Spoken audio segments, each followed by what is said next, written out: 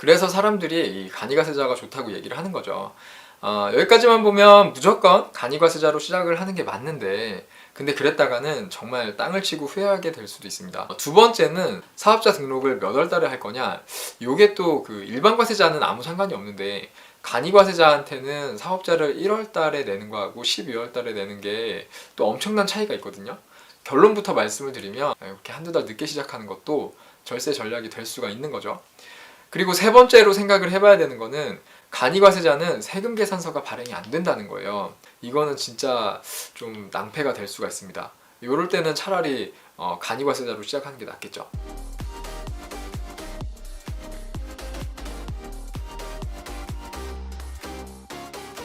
네, 안녕하세요. 제가 지난 1년 정도 동안 이 자영업의 모든 것이라는 이름으로 네이버 카페랑 유튜브 채널을 운영하면서 그 사업과 관련된 여러 가지 질문들을 굉장히 많이 받아왔어요. 아마 다 합치면 1000개는 넘을 거예요. 특히 저희 카페 게시판에는 계속 이제 질문이 올라오고 있고, 저랑 이제 다른 회원님들이랑 그리고 또 저희 카페에 활동하시는 뭐 회계사, 세무사, 노무사 그리고 뭐 각 분야에서 이제 사업을 하시는 분들이 답변을 많이 해드리고 있는데, 이게 좀 하다 보니까 계속 반복되는 질문들이 좀 있더라고요. 그래서 이 FAQ 재생 목록을 만들었습니다. FAQ는 뭐 다 아시겠지만 Frequently Asked Question이죠. 자주 묻는 질문. 오늘은 이 FAQ 재생 목록의 첫 번째 주제로 간이과세자에 대해서 말씀을 드려볼게요. 특히 처음에 사업자 등록을 할 때 간이과세자로 해야 되는지 일반 과세자로 해야 되는지 그런 질문을 주신 분들이 정말 많았는데요. 이게 사실 진짜 중요한 문제예요. 우리가 보통 간이과세자로 시작하는 게 유리하다라는 말을 많이 하는데, 물론 많은 경우에 그렇긴 한데요. 이게 그렇지가 않은 경우도 되게 많아요. 그래서 이거를 정확하게 판단을 해야 되는데, 그러려면 먼저 간이과세자에 대해서 정확하게 이해를 해야 되겠죠. 이 간이과세자에 대해서는 제가 부가가치세를 설명드린 영상의 맨 마지막에 정리를 해놨으니까 오늘 영상을 보시고 그것도 한번 보면 좋을 것 같고요. 오늘은 복습 또는 예습 정도의 수준으로 간단하게 정리를 한번 해볼게요. 간이과세자를 이해하려면 일단 소득세법하고 부가가치세법을 정확하게 구분을 해야 돼요. 우리가 사업을 하면서 내야 되는 세금이 몇 가지가 있는데, 그 중에서 가장 대표적인 세금이 종합소득세랑 부가가치세죠. 이 두 가지 세금은 각각 소득세법 그리고 부가세법이라는 완전히 다른 법에 따라서 전혀 다르게 신고하고 납부하는 완전히 별개의 세금이에요. 그러니까 일단 간이과세자하고 일반과세자를 고민할 때는 부가가치세만 생각을 하면 돼요. 왜냐하면 이 간이과세자라는 거는 부가세법에서 연매출 4,800만 원이 안 되는 그 영세한 자영업자가 이렇게 복잡한 부가세법을 어떻게 다 이해를 하냐 그러면서 이 영세한 사업자들은 부가세법을 좀 약하게 적용해주자라는 취지로 만들어 놓은 거니까 소득세법하고는 아무 상관이 없는 거예요. 그래서 내가 간이과세자든 일반과세자든 종합소득세를 신고하고 납부하는 거는 전혀 차이가 없어요. 그리고 이제 건강보험이나 국민연금료도 하나도 차이가 없어요. 그냥 부가세만 다른 거예요. 아시겠죠? 이 개념을 일단 확실하게 이해를 하셔야 돼요. 그러니까 간이과세자랑 일반과세자를 고민할 때는 어떤 걸로 해야 내가 부가가치세를 조금만 낼 수 있을까? 요 고민만 하시면 됩니다. 그리고 요거를 정확하게 이해하려면 사업자의 종류도 알아야 되는데, 제가 이 사업자의 종류도 영상으로 정리해 둔 게 있어요. 그것도 같이 보시면 좋을 것 같은데, 일단 지금 간단하게 다시 한번 정리를 해보면 사업자의 종류는 크게 두 가지 기준으로 구분을 할 수 있어요. 이 표를 보여드리면서 설명을 드릴게요. 첫 번째 기준은 이 사업자가 취급하는 품목, 그러니까 이 사업자가 판매하는 상품이 부가가치세 과세 대상인지 아닌지 요거를 기준으로 구분을 하는 거예요. 그래서 부가가치세가 발생하는 뭐 일반 음식점이라든가 뭐 제조업 또는 서비스업 이런 거는 과세 사업이 되는 거고요. 부가가치세가 발생하지 않는 뭐 교육, 의료, 농산, 축산, 수산 뭐 이런 것들을 취급하는 사업은 면세 사업이 되는 거예요. 그래서 과세 사업에 해당이 되면 이제 부가가치세를 반드시 신고를 하고 납부를 해야 되고요. 면세 사업에 해당이 되면 이 부가가치세랑은 전혀 상관이 없습니다. 그러니까 간이과세자를 얘기할 때는 면세 사업은 아무 상관이 없고요. 이 과세 사업만 보시면 되는데, 아까 사업자는 크게 두 가지 기준으로 구분을 한다고 했잖아요. 첫 번째 기준이 이제 취급하는 상품이 부가가치세 과세 대상이냐 아니냐 요거였고, 두 번째 기준은 사업자의 명의예요. 이 사업자의 명의가 개인이냐 법인이냐 요 기준으로 구분을 합니다. 그래서 내가 과세 사업을 하는데 명의가 법인이다 그러면 간이과세자를 고민할 필요가 전혀 없어요. 법인한테는 간이과세자라는 기회를 안 주거든요. 그래서 내가 과세 품목을 취급하려고 하는데 사업자의 명의를 개인 명의로 할 거다. 요럴 때만 이 과세사업자하고 일반과세자를 고민을 하면 되는 겁니다. 그럼 이걸 어떻게 결정을 해야 되냐? 이게 각각의 상황에 따라서 여러 가지 요소를 복합적으로 고민을 해야 되는 거라서 정확한 판단을 하려면 부가가치세법에 대한 전반적인 이해가 필요한데요. 일단은 오늘 제일 중요한 세 가지 체크 포인트를 한번 정리를 해볼게요. 그래서 오늘 이 영상을 보시고 그리고 부가가치세법 영상도 보시고 나면 각자의 상황에서 어느 정도 답이 나올 거예요. 일단 일반과세자하고 간이과세자를 고민할 때 가장 중요하게 생각해야 되는 거는 매출세액하고 매입세액이에요. 사업을 하다 보면 이 매출세액하고 매입세액이라는 말도 굉장히 많이 듣게 되는데요. 요거는 각각 매출에서 발생하는 부가가치세 그리고 매입할 때 발생하는 부가가치세를 의미합니다. 그러니까 매출세액은 내가 상품을 팔았을 때 그 상품값에 얹혀가지고 내가 받아야 되는 부가가치세, 그리고 매입세액은 내가 상품을 사올 때 그 상품의 가격에 더해서 내가 내야 되는 부가가치세예요. 몇 가지 예를 들어 볼게요. 제가 음식점을 하고 있어요. 음식점은 과세 대상 사업이니까 제가 개인 사업자라면 간이과세자나 일반과세자 중에 하나겠죠. 만약에 제가 일반과세자예요. 그러면 제가 음식을 팔 때 손님들한테 무조건 부가세를 받아야 돼요. 그러니까 음식값이 10,000원이면 우리나라의 부가세율이 10%니까 10,000원만 받으면 안 되고 부가세 1,000원을 포함해서 11,000원을 받아야 되는 거예요. 그리고 요 1,000원은 잘 보관해 놨다가 나중에 부가세 신고를 할 때 국세청에다가 내야 되는 거죠. 그러니까 만약에 총 매출이 손님들한테 받은 이 부가세까지 다 포함해가지고 1억 1,000만 원이면 이 중에서 이 1,000만 원은 내게 아니에요. 요거는 잘 보관하고 있다가 부가세 신고 기간에 부가세로 내야 되는 거예요. 그러니까 이 부가세가 사실 진짜 부담이 커요. 매출의 뭐 거의 10%니까 이게 엄청난 거거든요. 근데 내가 만약에 간이과세자다. 그러면 이 10%를 내던 거를 1%만 내면 됩니다. 요 1%는 업종에 따라서 이제 0.5에서 3%로 달라지는데 음식점업의 경우에 1%라는 거예요. 요거는 업종별로 달라지는데 지금 보시는 요 업종별 부가가치율이라는 거에다가 우리나라 그 부가세율 10%를 곱하면 업종별 부가가치세율이 나오는 거예요. 요걸 보시고 이제 내가 만약에 간이과세자라면 내 업종은 부가가치세율이 얼마인지 확인해 보시면 되겠죠. 그러니까 매출이 1억 1,000만 원인 음식점 사장이 일반과세자일 때는 부가세로 1,000만 원을 내야 되는데 간이과세자일 때는 부가세로 100만 원만 내면 되는 거예요. 완전 좋죠. 그래서 사람들이 이 간이과세자가 좋다고 얘기를 하는 거죠. 여기까지만 보면 무조건 간이과세자로 시작을 하는 게 맞는데 근데 그랬다가는 정말 땅을 치고 후회하게 될 수도 있습니다.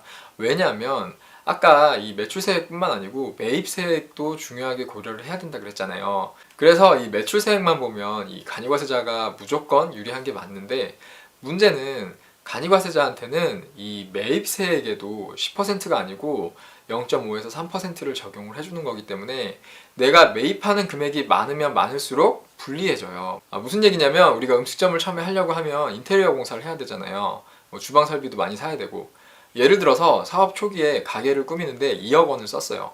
인테리어 공사를 하는데 2억 원을 썼다고 할게요. 그러면 이 공사를 하는 사람도 그 사업도 과세 사업이기 때문에 뭐 그 사람도 이제 일반 과세자라고 하면 부가세를 받는단 말이에요. 부가세를 받아야 돼요, 저한테. 그래서 공사비가 2억이면 2천만 원을 더 달라고 해요. 부가가치세로. 그래서 2억 2천만 원을 줍니다. 그리고 세금 계산서를 한 장 받게 되죠. 이 세금 계산서에는 내가 부가세로 2천만 원을 냈다는 사실이 써 있어요. 그래서 이 일반과세자한테는 이 세금 계산서가 그냥 2천만 원짜리 현찰이에요. 부가세 신고를 할 때 이것만 있으면 내가 내야 될 부가세에서 2천만 원을 공제해 주거나 아니면 내가 내야 될 부가세가 없으면 이 2천만 원을 그냥 환급해 줘요. 그리고 이게 여기서 끝나는 게 아니고 종합소득세 신고를 할 때 공사비로 2억을 썼다는 이 세금 계산서가 있으니까 내 소득에서 2억을 공제를 받을 수가 있습니다. 그러니까 내 소득이 확 줄고 그래서 내 소득세도 확 줄어들겠죠. 물론 요거는 이제 감가상각으로 몇 년에 걸쳐서 처리를 해야 되지만 아무튼 이 2억이라는 돈이 소득세에서도 아무 문제 없이 비용 처리가 된다는 거예요. 근데 내가 만약에 간이과세자면요 이 매입세액에 대해서도 1%만 공제를 해주기 때문에 2억짜리 공사를 해서 부가세 2천만 원을 주고 세금 계산서를 받아봐야 뭐 이 세금 계산서에는 내가 부가세 2천만 원을 냈다고 써있지만 200만 원만 공제를 해준다는 거예요. 그리고 만약에 내가 내야 될 부가세가 없다 그러면 이 200만 원도 환급을 안 해줘요. 이 200만 원이 그냥 날아가는 거예요. 이게 되게 아깝죠. 그래서 내가 만약에 간이과세자면 그 공사 사장한테 아예 그냥 세금 계산서 필요 없으니까 그냥 2억만 받아라 할 수도 있어요. 이게 엄밀히 말하면 불법인데, 왜냐면 일반 과세자가 상품을 팔 때는 부가세는 이제 선택할 수 있는 게 아니고 무조건 부가세를 받고 세금 계산서를 발행을 해줘야 되는 거거든요.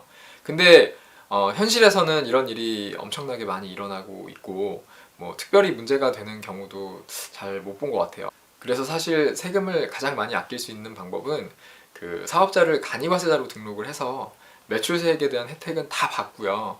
매입세액은 아예 발생을 안 시키는 거죠. 그냥 세금계산서를 안 받으면 되잖아요. 부가세 안 주고. 근데 엄밀히 말하면 이게 불법이잖아요. 탈세란 말이에요. 그래서 이게 문제가 될 수도 있기 때문에 이렇게 하시라고는 제가 말씀을 안 드리겠습니다. 이거는 원칙과 현실 사이에 좀 애매한 문제죠. 아무튼 이 문제는 여기에서 끝나는 게 아니고 종합소득세 신고로도 이어지는데요. 소득세를 신고할 때 내가 공사비로 쓴 이 2억이나 되는 돈을 비용 처리를 해야 되는데 세금 계산서가 없으면 내가 2억을 비용으로 썼다는 증거가 없는 거예요. 이걸 비용으로 썼다는 증거로 인정을 받으려면 적격증빙이 필요한데요. 적격증빙에는 세금계산서, 계산서, 현금영수증, 신용카드, 그리고 지급명세서 이렇게 5가지밖에 없어요.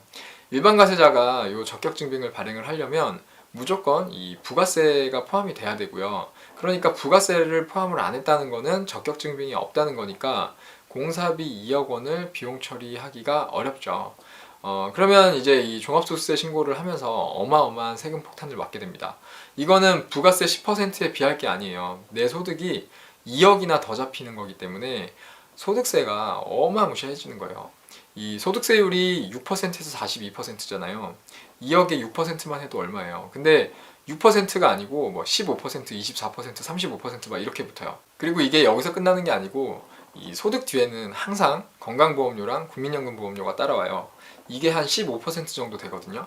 그러니까 최소한 20%에서 30% 정도의 세금을 더 내게 되는 거예요. 이 2억에 20%면 4천만 원이죠.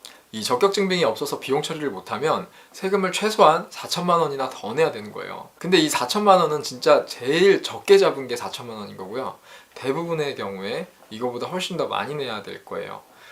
이게 이제 사업자를 잘못 선택했을 때 벌어질 수 있는 최악의 경우죠. 물론 이 경우에도 방법은 있어요. 부가가치세는 적격증빙이 없으면 어떻게 할 수 있는 방법이 없는데요.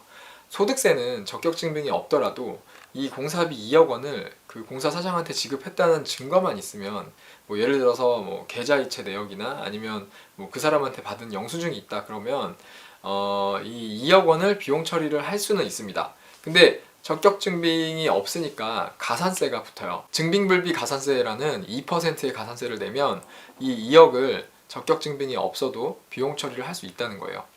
2억에 2%면 400만 원이죠.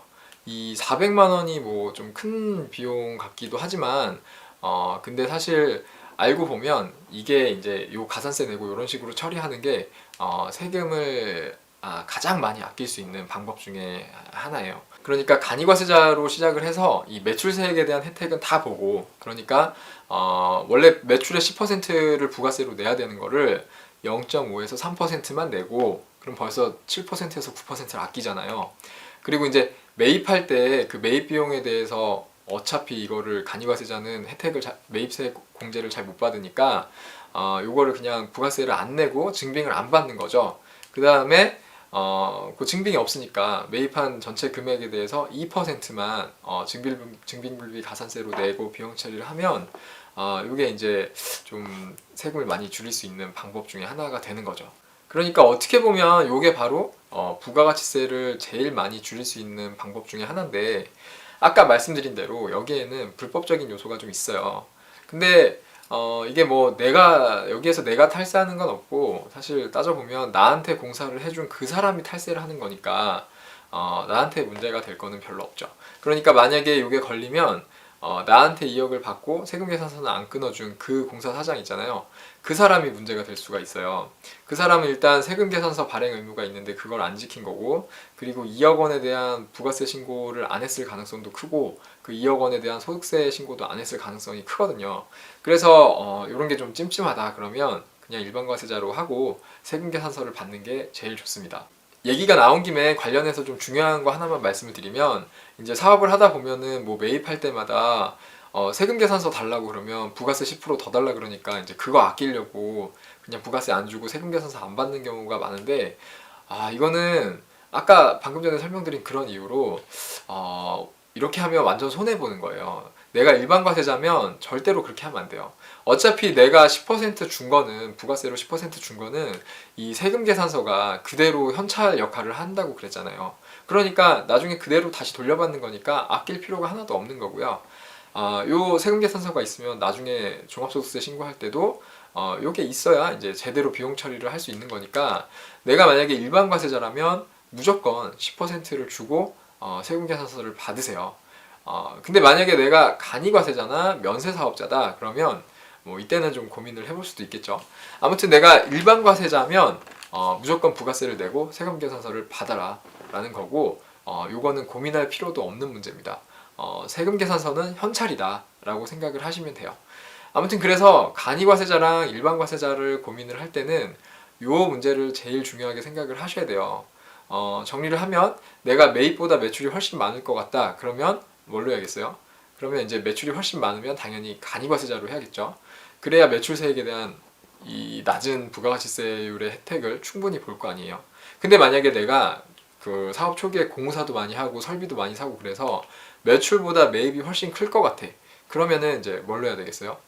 그러면은 일반과세자로 해야죠. 그래야 이 매입세액을 제대로 공제받거나 아니면 환급을 받을 거 아니에요. 그래서 일반과세자와 간이과세자를 선택을 할 때 첫 번째 체크리스트는 이렇게 매출세액하고 매입세액을 비교를 해야 된다라는 거고요.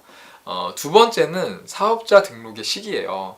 사업자 등록을 몇 월 달에 할 거냐? 요게 또 그 일반과세자는 아무 상관이 없는데, 간이과세자한테는 사업자를 1월 달에 내는 거하고 12월 달에 내는 게 또 엄청난 차이가 있거든요. 결론부터 말씀을 드리면, 간이과세자로 사업자 등록을 하실 거면 사업자를 연초에 내는 게 훨씬 유리합니다. 왜냐면 간이과세자는 부가세 신고를 매년 1월 달에 해요. 1년에 한 번만 하거든요. 그래서 그 전년도에 사업을 했던 사람들은 전부 다 이제 내년 1월이 되면 부가세 신고를 해야 되는 거예요.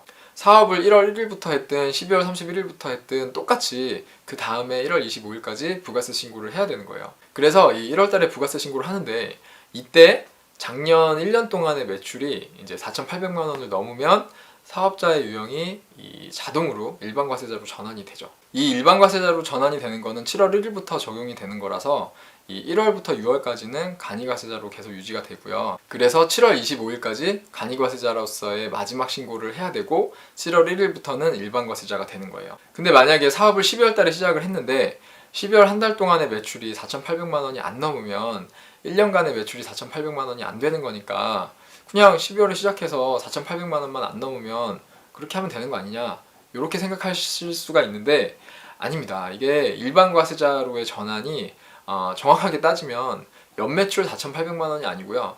월 평균 매출 400만 원이에요. 그러니까 12월 달에 시작을 했는데 12월 매출이 400만 원이 넘으면 바로 이제 7월부터 일반과세자가 되는 거예요. 그러니까 간이과세자로 12월에 시작을 하면 1월에 시작을 하는 사람보다 간이과세자로서의 혜택을 받을 수 있는 기간이 11개월이나 짧은 거죠. 여기에는 이제 부가가치세 절세 효과에 그 엄청난 차이가 있을 거예요. 그러니까 내가 지금 만약에 간이과세자로 사업자를 내야겠다라고 결정을 했는데 지금 연말이에요. 막 11월, 12월이래요.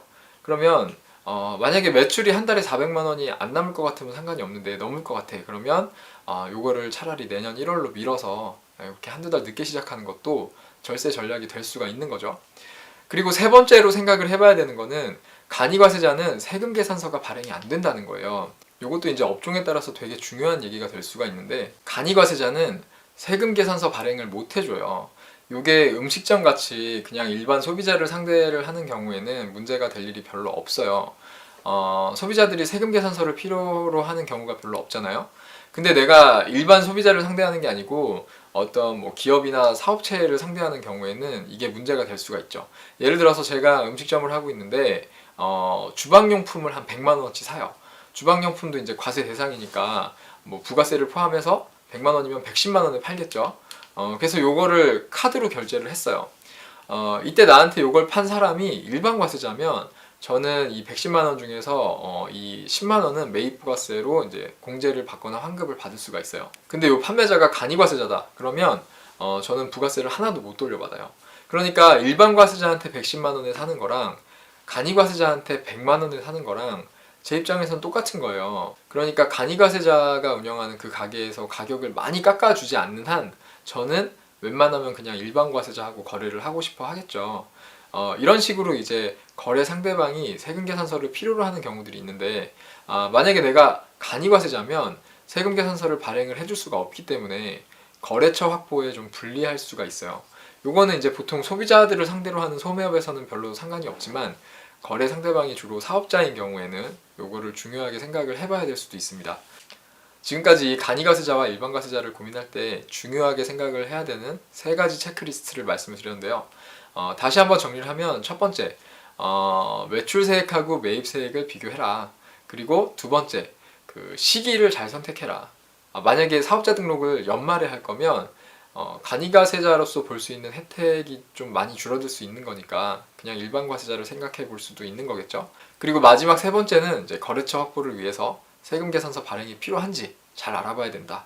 요 정도로 정리가 되네요. 근데 이 중에서 제일 중요한 거는 첫 번째예요. 이거 너무 복잡하게 생각하지는 마시고 그 초기에 내가 투자하는 비용이 너무 클 것 같다 그러면 그냥 일반 과세자로 하세요. 그래야 초기에 그 장사가 좀 안 돼도 내가 세금 때문에 손해보는 일은 없으니까 마음이 좀 편할 것 같고요. 만약에 처음부터 대박이 나서 막 매출이 엄청 나와. 그러면 사실 간이로 시작할 걸 하는 이런 아쉬운 마음이 들긴 하겠지만 이거는 뭐 장사가 잘 돼서 뭐 세금을 많이 내게 되는 거니까 그냥 좋은 마음으로 부가세를 내면 되는 거잖아요. 그러니까 초기 투자 비용이 많으면 그냥 웬만하면 그냥 일반 과세자로 하시되 만약에 이렇게 초기 비용이 많이 들어서 일반 과세자로 시작을 하겠다라고 했는데 공사하시는 분이나 이제 설비 판매하시는 분들이 세금 계산서를 안 끊어주는 분들이 있어요. 이 사람들이 뭐 탈세를 하려고 그러는 걸 수도 있고 이 사람들이 뭐 간이과세자여서 그럴 수도 있겠죠. 심지어 뭐 사업자 등록도 안 하고 사업을 하시는 분들도 의외로 많이 있어요. 이럴 때는 이제 뭐 비용 처리는 인적 용역으로 신고를 하면 되긴 하는데 세금 계산서는 어차피 못 받으니까 이거는 진짜 좀 낭패가 될 수가 있습니다. 이럴 때는 차라리 간이과세자로 시작하는 게 낫겠죠. 그러니까 거래 상대방한테 처음부터 그쪽이 일반 과세자인지 세금 계산서는 발행을 해줄 수 있는지 그거를 분명하게 확인을 하고 일을 진행을 하는 게 좋습니다.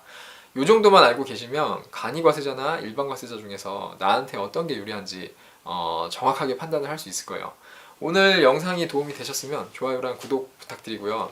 그리고 제가 올해 초에 그 저희 카페에 공유한 제 2018년 목표 중에 하나가 그 저희 자영업의 모든 것 카페 회원수를 2만 명까지 늘리겠다는 게 있었는데 이제 벌써 11월 달인데 아직도 10,000명이 안 됐어요. 이제 10,000명 거의 다 됐긴 했는데 큰일 났습니다. 제가 이제 남은 2달 동안 이 목표를 달성할 수 있도록 그 저희 카페에 가입도 부탁드리고 그리고 또 제가 우리 채널의 재생 목록에 이런 식으로 그리고 그 저희 카페에는 이런 식으로 이제 사업과 관련된 내용들을 정리를 해놨거든요. 요게 사업을 하고 있는 분들뿐만 아니라 사업에 관심이 있는 분들 그리고 또 좀 돈을 많이 벌고 싶고 부자가 되고 싶다 하시는 분들한테는 도움이 많이 될 거예요.